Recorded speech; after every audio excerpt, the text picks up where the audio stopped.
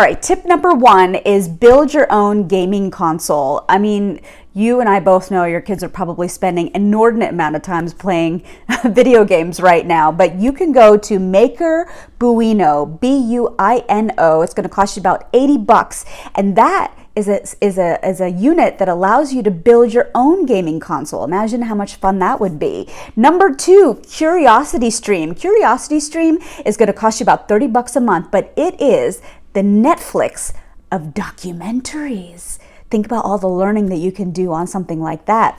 Number 3 is Babbel. Have you always thought about learning a new language? Well, Babbel, spelled B-A-B-B-E-L.com, is an audio learning functionality that allows you to be able to learn a new language and hopefully become a little conversant. You know, I've always wanted to learn French.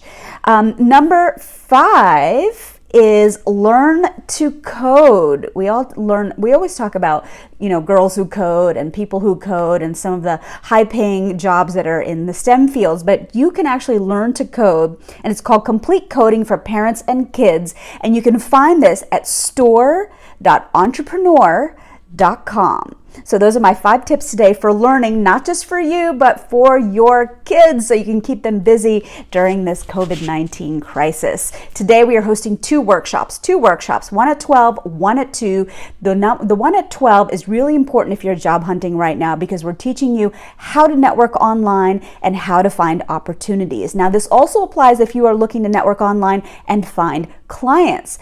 Our guest speaker is Kelly Hoey. She wrote the book, Build Your Dream Network. At 2 o'clock, we are going to have Paula Rizzo, my former news colleague. She was at Fox News before she decided to go off on her own. And she is teaching how to lead powerfully over Zoom or over video. We've called it Productive and Polished. We hope that you can join us. All the details are right here, right with the link, or you can go to ladydrinks.com to register.